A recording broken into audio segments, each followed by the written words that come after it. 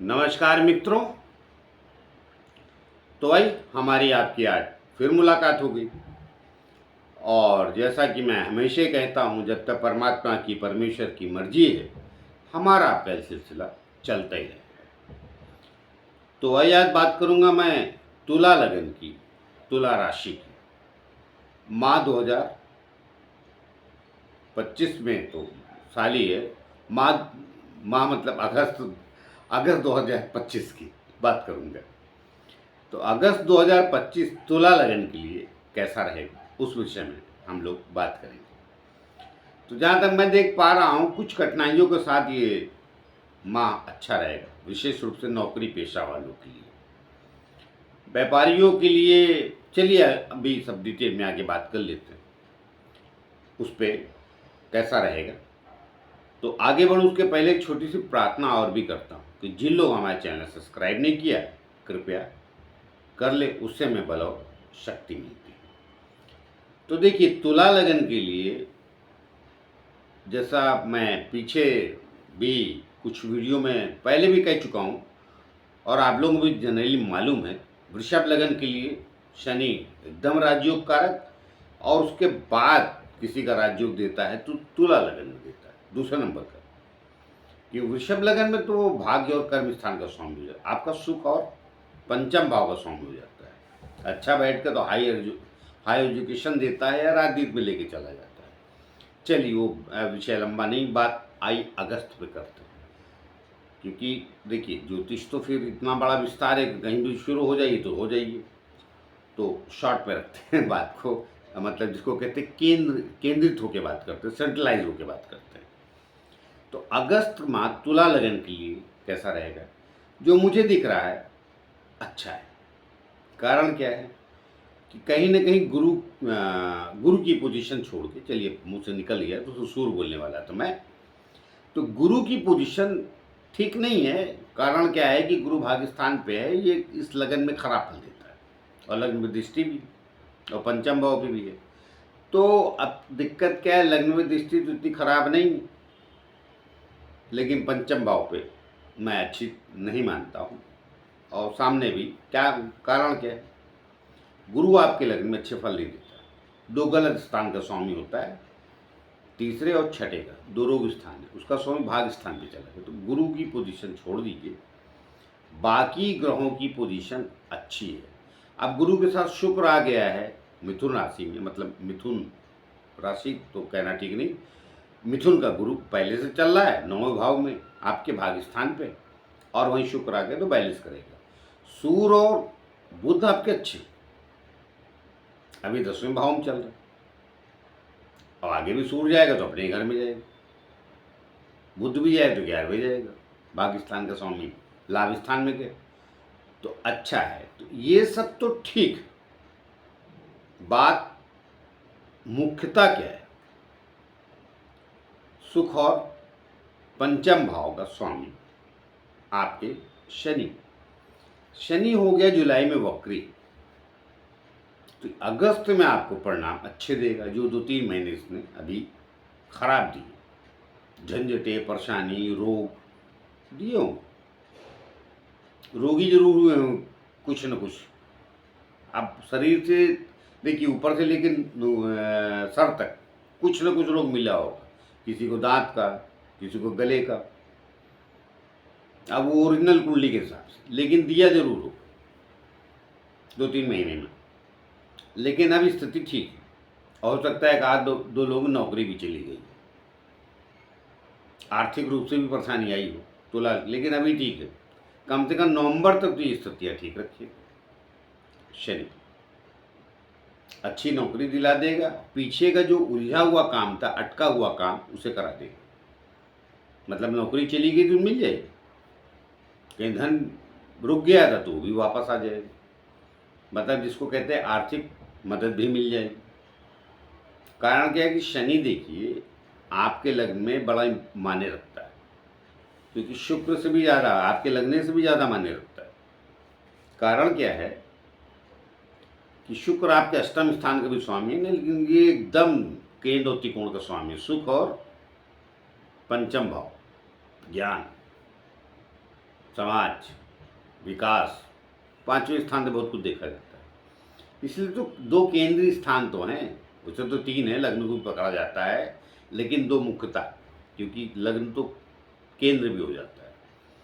इसलिए लग्नेश जो होता है ना कुंडली में सबसे ज़्यादा मायने रखता है, लेकिन कई बार लग्नेश से भी ज़्यादा कोई दूसरा ग्रह मायने रख लेता है। तो तुला लग्न में आपके शुक्र से भी ज़्यादा मायने रखता है शनि, और इसकी दृष्टियाँ तो कहना ही क्या। तो कुल लेने के बात यह है कि अगस्त का जो माह है वो आपके लिए कहीं न कहीं बेहतर जाएगा।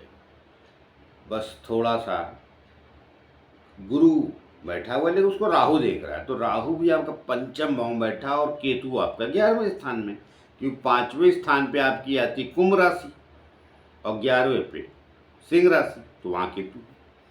तो राहु केतु की पोजीशन इस वक्त गोचर में अच्छी है और जो 18 महीने चलेगी। तो अब उस पर दृष्टियाँ वगैरह भी माने रखती है, जैसे गुरु की पड़ रही, लेकिन गुरु पे राहु की भी पड़ रही। तो कुल लेने की बात ये है कि राहु बहुत अच्छा है और वक्री शनि हो गया, तो वो छठे बैठ के भी वक्र दृष्टि, तो मतलब पीछे पलट के देख रहा है, वक्री दृष्टि कहते हैं, तो थोड़ा राहु पे भी प्रभाव डालेगा। तो आईटी सेक्टर है या नॉलेजेबल कोई सेक्टर है, जहाँ भी कुछ ऐसा ज्ञान या सॉफ्टवेयर का जो भी कार्य है, वहाँ कहीं न कहीं तुला लगन वालों का इस माह अगस्त कार्य हो जाएगा। पिछले महीने अगर आप निराश थे जुलाई में, या थोड़ा मई भी पकड़ लें, या जून, तो वो निराशा ये माँ निकाल देगी। नौकरी चली गई तो पक्का मिल जाएगी, निश्चित रहिए। हम यहाँ निश्चित बोल रहे हैं क्योंकि छठा घर अच्छा होता है, नौकरी दिलाता है, लेकिन कहा ना वो मीन राशि में चला गया, गुरु अच्छे फल आपके नहीं देता है, लेकिन अब वहाँ से बैठ के वक्री हो गया, अपने घर को देखता है, कुंभ राशि। तो पीछे का जो भाग गया उधर फिर दृष्टि डाल दी तो मिल जाएगा, अर्थात नौकरी गई तो वापस मिल जाएगी, धन किसी ने रोक लिया तो वापस मिल जाएगा। तो कुल्ले देखे, मैं वृषभ लगन के लिए तो बहुत ही अच्छा था, मैं तुला लगन के लिए ये माह कहीं न कहीं बेहतर देखता हूँ, और कहीं न कहीं बेहतर पोजीशन आपको मिल जाएगी, जिसे कहते हैं खोई ताकत प्राप्त हो जाएगी। क्योंकि भाई क्या है कि आपके पास कुछ नहीं तो कुछ तो मिला, जिससे जीवन चलायमान हो जाए। तो चलायमान जीवन निश्चित रूप से ये माह अगस्त आपका करा देगा, और खुशी और समृद्धि भी लेके आएगा, जिससे कहीं न कहीं जीवन आगे थोड़ा सही पथ पे जाता हुआ दिखेगा। अब यही तो ग्रह नक्षत्रों की बात है ना, एक महीने रुला दिया, अगले महीने को दे दिया, तो जीवन तो फिर इसी को कहते हैं। तो बाकी ग्रहों की पोजीशन में अच्छी देख रहा हूँ, शुक्र अच्छा है आपका, हाँ मंगल थोड़ा खराब है, तो व्यापार शायद मैंने शुरुआत में बोली थी, तो जो व्यापारी वर्ग है वो थोड़ा पैसा अपना पकड़ के रखे तो ठीक। कोई बड़े बड़े ऑफर दे रहा है तो रुक जाइए, ठहर जाइए एक महीने, क्योंकि मंगल ठीक नहीं। शादी ब्याह में भी जिनकी थोड़ी फैमिली लाइफ में भी डिस्टर्बेंस करेगा, अब उसमें बहुत ज़्यादा नहीं जाएंगे, वो तो चलते ही रहता है, खट्टर पट्टर पूरा जीवन है ना शादी ब्याह वालों का। अगर हो रहा है खट्टर पट्टर तो थोड़ा शांत हो जाइए इस महीने, वहाँ के लिए ठीक नहीं हो। व्यापार में कहीं न कहीं इन्वेस्टमेंट कतई न करें, जो व्यापार रूटीन का चल रहा है उसे चलने दें, नए के बारे में न सोचें, अर्थात कहीं पूंजी ना लगाएं, उसको रोक लें इस महीने, अगले महीने लगाएं, या मैं जब बताऊंगा तब लगाएं। हो सकता है कि मंगल कब तक रहेगा भी याद नहीं मुझे कि कितनी तारीख तक कन्या राशि में रहेगा, तो वहाँ पर थोड़ा व्यापारी जो है ठहराव रखे। नौकरी पेशा वालों के लिए कोई तकलीफ नहीं है, एजुकेशन करने वालों के लिए भी कोई तकलीफ नहीं, बढ़िया। सबके लिए ठीक, सिर्फ व्यापारी और जिनका विवाह हो चुका है, पारिवारिक क्लेश होने से बचें,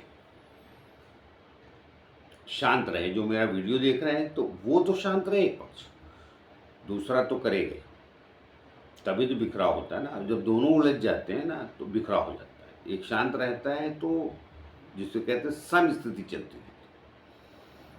बस इतना ही गड़बड़ है, बाकी तो हम अच्छे ही देख रहे हैं, जैसा कि मैं पीछे से बता ही रहा था।